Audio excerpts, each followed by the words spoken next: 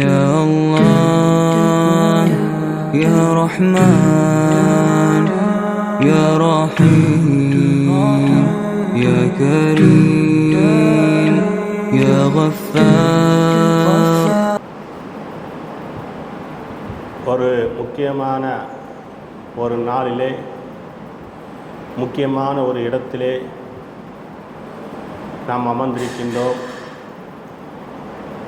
பத்ரீன்கள் பற்றி நாம் அறிந்த ஒன்றே, அல்லாஹ் சுப்ஹானஹு வ தஆலா முதலாக மனிதன் வணங்க வேண்டும் என்பதற்காக வேண்டி முதல் பள்ளிவாசல் இன்ன அவ்வல பைத்தியும் ஒதியலின் நாஸ் லல்லதி பிபக்கத முபாரக்கா,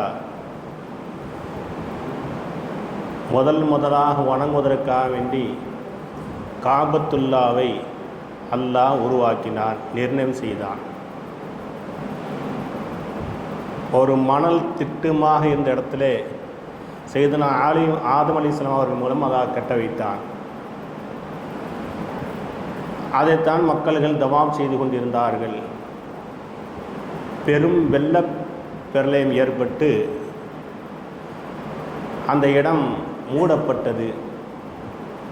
செய்தனா இப்ராஹிம் அலைஹிஸ்ஸலாம் அவர்களை அல்லாஹ் வரவழைத்து இப்ராஹிம் அலைஹிஸ்ஸலாம் மூலமாகவும் இஸ்மாயில் அலைஹிஸ்ஸலாம் அவர்கள் மூலமாகவும் மீண்டும் அந்த பள்ளி புதுப்பிக்கப்பட்டது. இப்ராஹிம் அலைஹிஸ்ஸலாம் அவர்கள் இஸ்மாயில் அலைஹிஸ்ஸலாம் அவர்களும் சேர்ந்து கட்டிய அந்த பள்ளிவாசல் கட்டி முடித்த பிறகு அல்லாஹ்விடத்தில் கேட்கின்றார்கள். ஏன்னா வீடு கட்டணும்னா, கடை கட்டினாலும் சரி, பள்ளி வாசல் கட்டினாலும் சரி, மீத உள்ள பொருள்கள் இருக்கும். மண், ஜல்லி, பெயிண்ட்டு, சிமெண்ட்டு இதெல்லாம் இருக்கும். அந்த காலத்தில் இருந்த கற்களும் மணல்களும் இருந்தது. ஏன்னா காபத்துல்லா கட்டி முடித்த பிறகு அந்த கல்லையும் மண்ணை என்ன செய்ய வேண்டும் அல்லாஹ்ட்டை கேட்டான். இதை நான் என்ன செய்ய? ஏன்னா புனிதமான ஒரு தளத்துக்கு கட்டப்பட்ட ஒரு கல். அல்லாஹ் சொன்னான், நபியே, எத்திசையும் நீங்கள் எரியுங்கள், 8 திசைக்கு நீங்கள் எரியுங்க. எங்கெல்லாம் அந்த கல்களும் மண்ணுகளும் விழுகின்றதோ அங்கெல்லாம் உலகத்தில் பள்ளிவாசல் உண்டாகும். இப்ராஹிம் அலைஹிஸ்ஸலாம் கேட்டார்கள், என்னுடைய எரிதல் என்பது கொஞ்சம் தொலைவுத்தான் போகும், எரிதல் என்பது கொஞ்சம் தொலைவுக்கு போகும். நான் எரிந்தால் உலகத்தில் எப்படி போக முடியும்? அல்லாஹ் சொன்னான், எரியக்கூடிய வேலை உன் வேலை, சேர்க்கக்கூடிய வேலை என் வேலை. எரிந்தார்கள். உலகத்தெல்லாம் எங்கெல்லாம் அந்த கற்கள் விழப்பட்டு மண்கள் விழப்பட்டதோ அங்கெல்லாம் இதுவரை பள்ளிவாசல் இருக்கின்றது. இன்னும் எங்கெல்லாம் அந்த கற்கள் அல்லாஹ் உதயமாக்கின்றானோ அங்கெல்லாம் நிச்சயமாக இன்ஷா அல்லாஹ் பள்ளிவாசல் உருவாகும். நபி ஸல்லல்லாஹு அலைஹி வஸல்லம் அவர்கள் மக்கா விட்டு மதீனாவுக்கு ஹிஜ்ரத் வருகின்ற நேரத்தில் ஒரு மதீனாவுக்கு ஒரு 3 கிலோமீட்டருக்கு முன்னால் ஒரு இடத்துல தங்குகின்றார்கள். அந்த இடம், அந்த மக்கள்கள், அந்த வாசிகள்லாம் என்ன செய்வாங்கன்னா சுத்தமாக இருப்பாங்க, பரிசுத்தமானவர்கள். எப்படி பரிசுத்தமானவர்கள்? நம்மெல்லாம் சிறுநீர் கழித்து விட்டு தண்ணீரை கொண்டு சுத்தம் செய்வோம். முந்தைய ஒரு காலத்தில் ஒரு 20 வருஷம் அல்லது 30 வருஷம், ஒரு 40 வருஷத்துக்கு முன்னால் நமது ஊர்லேயும் இருக்குன்னு நினைக்கிறேன், பள்ளிவாசலில் பிஷாப் கானா சிறுநீர் கழிக்கக்கூடிய இடத்துல டேலா கட்டின்னு சொல்லுவாங்க, தண்ணியை உறிஞ்சக்கூடிய ஒரு கட்டி. அந்த கட்டியை என்ன செய்வாங்க, மோதினார் இல்லை யாராவது என்ன செய்வாங்க, சின்ன சின்ன உருண்டையாக போட்டு என்ன செய்வாங்க, அதை சேவ் பண்ணி அந்த பிஷாப் கான இடத்துல வச்சுருவாங்க. சிறுநீர் கழித்த பிறகு அந்த கட்டியை கொண்டு என்ன நீரை உறிஞ்ச பிறகு தண்ணியை கொண்டு சுத்தம் விடுவார்கள். இப்போது இல்லை, பெரும்பாலும் 190% இல்லை, முன்னால் இருந்துச்சு. இது மாதிரி அந்த காலத்திலேயே அந்த சிறுநீர் மேலே படாமல் உயரமான இடத்திலிருந்து சிறுநீரை கழிப்பார்கள். நபி ஸல்லல்லாஹு அலைஹி சொன்னார்கள், கபூரிலே நான் கண்டேன், இருவர் வேதனை செய்வதை கண்டேன். யார் என்று பார்க்கின்ற சிறுநீர் கழித்து சரியாக சுத்தம் செய்யாதவர் ஒருத்தர், இன்னொரு கோல் மூட்டி திரிந்தவர். இப்போ சிறுநீர் கழிக்கின்ற நேரத்தில் உயரமான இடத்திலிருந்து நாம் சிறுநீர் கழிக்க வேண்டும். மேலே ஆடைகளே அதை விழுகின்றதா என்று கவனித்து என்ன செய்ய வேண்டும், அதை கவனமாக இருக்க வேண்டும். ஏனோ தானோ என்று சிறுநீர் கழிக்கக்கூடிய இடத்தை மட்டும் சுத்தம் செய்துவிட்டு வருவது கூடாது. நம் உடையிலே எங்காவது படக்கூடிய அளவுக்கு இருக்குமா, அதை நாம் என்ன செய்ய வேண்டும், சரி பண்ணிவிட்டு வரணும். நபி ஸல்லல்லாஹு அலைஹி வஸல்லம் அந்த பள்ளிவாசலை கட்டினார்கள். அங்கே தான் முதல் ஜும்மாவும் நடந்தப்பட்டது, மஸ்ஜிதுல் குபா.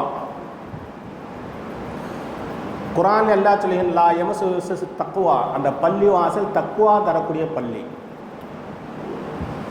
அங்கு இன்னும் இருக்கிறது. அங்கே போய் ஒளி செஞ்சு 2 ரக்காத் தொழுதா போதும், உம்ரா செய்யக்கூடிய நன்மை கிடைக்கும். ஸல்லல்லாஹு அலைஹி சொல்கின்றார்கள், மஸ்ஜிதுல் குபாவில் போய் ஒளி செஞ்சுட்டு 2 ரக்காத்து தொழுதால் போதும், அது உம்ரா செய்யக்கூடிய நன்மை. ஏனென்றால் நபி ஸல்லல்லாஹு தங்கள் பொன்னான கையை கொண்டு கட்டப்பட்டு முதல் பள்ளிவாசல் மஸ்ஜிது நபவி. நபி ஸல்லல்லாஹு மஸ்ஜித் நபவிக்கு வந்தார்கள். அங்கு பள்ளிவாசல் கட்டப்பட்டது. அது உலகத்தின் மர்கஸானது. முதல் பள்ளி காபத்துல்லா. அல்லாஹ் அங்கே தொழுதால் 1000 மடங்கு சிறப்பை தருகின்றான். இரண்டாவது மஸ்ஜிது நபவி, அது 1000 என்றால் இது 500 மடங்கு. மூன்றாவதாக பைத்துல் முகத்தஸ். சுலைமான் அலைஹிஸ்ஸலாம் காலத்திலேயே ஜின்களை கொண்டு கட்டப்பட்ட ஒரு பள்ளிவாசல் என்று சொன்னால் அது சுலைமான் அலைஹிஸ்ஸலாம் காலத்தில் கட்டிய பைத்துல் முகத்தஸ் பள்ளிவாசல். அதனால் பள்ளிவாசலுக்கு நபி ஸல்லல்லாஹு அலைஹி வஸல்லம் கண்ணியமாக நடந்து கொள்ளுங்க. ஏன்னா தொழுகைக்கு வரும்போது கூட அமைதியாக வாங்க. இமாமு ருக்கூவில் போயிடுவான்னு கூடோடி வராதிங்க, கொஞ்சம் முன்னால் வந்துடுங்க. அமைதியாக சுவாசம் வளர்த்து என்ன செய்ய நிந்தானம் பண்ணி தொழுகுங்க. உங்கள் தொழுகையில் உங்கள் சப்பை சரி செய்யுங்க. இது பூரா பள்ளிவாசல் நடக்கக்கூடிய ஒரு அமல். பள்ளிவாசல் வரும்போது வெள்ளைப்போடு வெங்காயத்தை சாப்பிட்டு வராதிங்க. சாப்பிட்லாம், அந்த வாடை இருக்கிறதல்லவா, அது பிறகு இடைஞ்சல் தரக்கூடியதாக இருக்கும். எனவே அதை உண்டு வராதீர்கள்.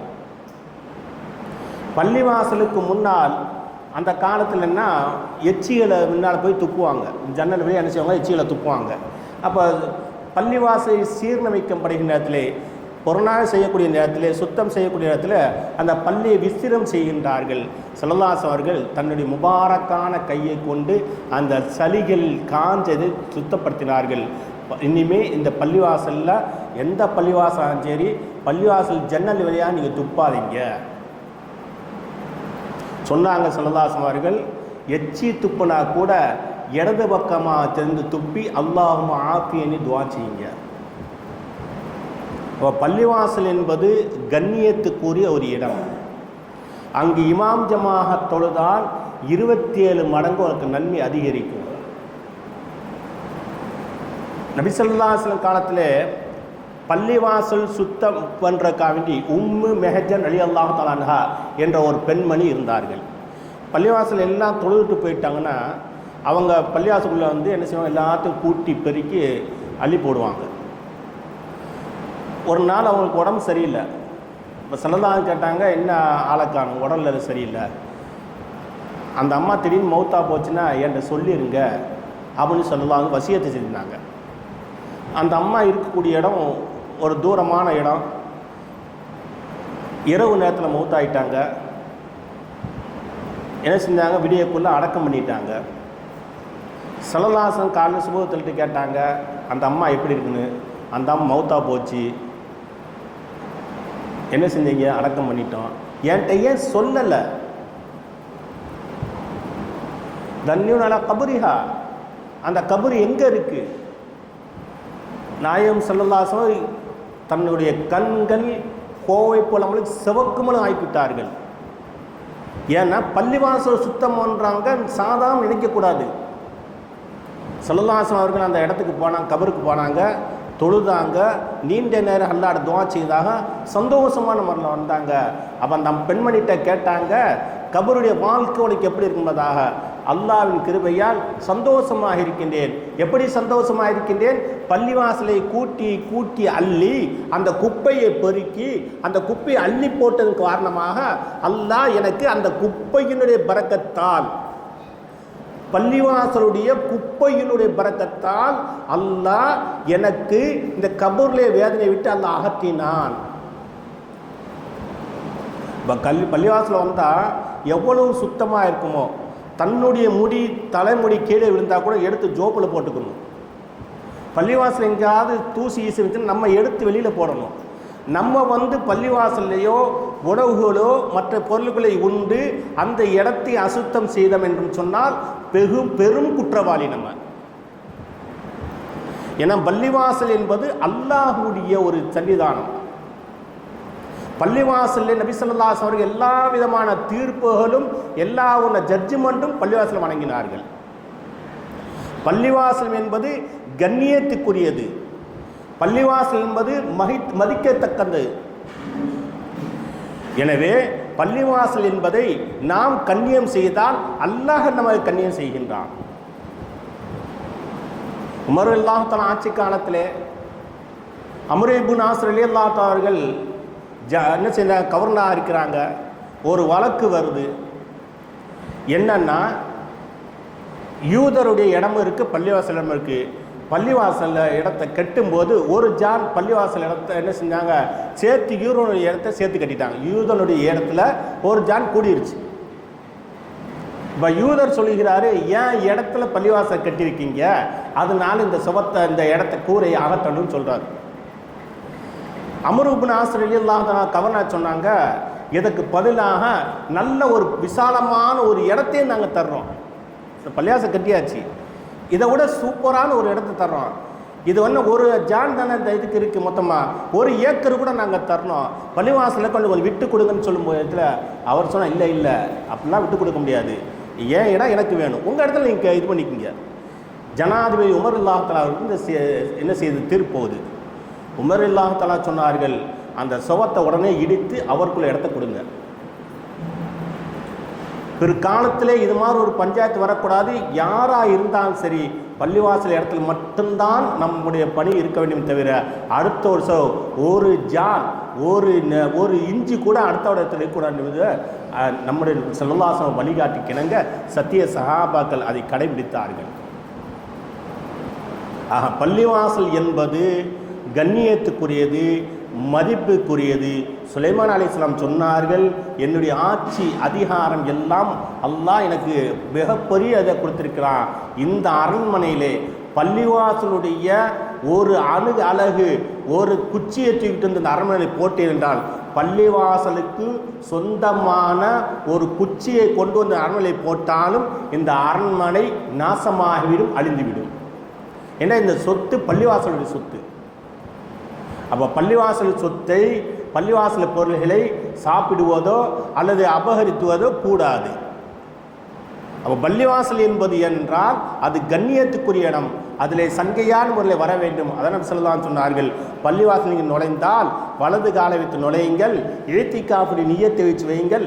பள்ளியில் இருக்கும் காலமெல்லாம் இழ்த்திக்காவுடைய நியத்திலே நீங்கள் இருந்தீர்கள் என்றால் அல்லாஹ் உங்களுக்கு மலக்குமாலை கொண்டு துஆ செய்கின்றான். நீங்கள் எப்போது பள்ளிவாசலை விட்டு வெளியே போகின்றோ அந்த ஈத்திக்காவுடைய சட்டம் முடிந்து விடுகிறது. அப்போ பள்ளிவாசலுக்கு வரும்போதே வரும்போதே வலது காலைகளை நினைத்து வலது காலை உள்ளே வைத்து ஈத்திக்காவுடைய நியத்தோடு நீங்கள் வர வேண்டும். பள்ளிவாசலை விட்டு வெளியே போயிட்டுன்னா அது முடிஞ்சு போச்சு. இப்போ அல்லாஹ் சுப்ஹானஹு வ தஆலா கண்ணியமும் உயர்வும் மாண்பும் என்ன செஞ்சிருக்க அந்த பள்ளிவாசல் வச்சிருக்கான். அல்லாஹ் சுப்ஹானஹு வ தஆலா நம்ம அனைவருக்கும் கண்ணியமான முறையில் பள்ளிவாசலை காக்கக்கூடிய பாக்கியத்தை வல்ல அல்லாஹ் தந்தல் புரிவானாக. வஹம்துலில்லாஹி ரப்பில் ஆலமீன். அஸ்ஸலாமு அலைக்கும் வரஹ்மத்துல்லாஹி வபரகாத்துஹு. சுப்ஹானல்லாஹி பிஹி சுப்ஹானக்கல்லாஹும்ம வ பிஹம்திக அஷ்ஹது லா இலாஹ இல்லா அன்த நஸ்தக்ஃபிருக வ நத்தூபு இலைக். ஸல்லல்லாஹு அலா முஹம்மத் ஸல்லல்லாஹு அலைஹி வஸல்லம். ஸல்லல்லாஹு அலா முஹம்மத் ஸல்லல்லாஹு அலைஹி வஸல்லம். ஸல்லல்லாஹு அலா முஹம்மத் ஸல்லல்லாஹு அலைஹி வஸல்லம். அல்லாஹும்ம ஸல்லி அலா முஹம்மத் வல்லாலி அல் பைத்தி வஸல்லிம் வஸல்லி அலா ஜமீஇல் அன்பியாஇல் முர்ஸலீன் வல்ஹம்துலில்லாஹி ரப்பில் ஆலமீன்.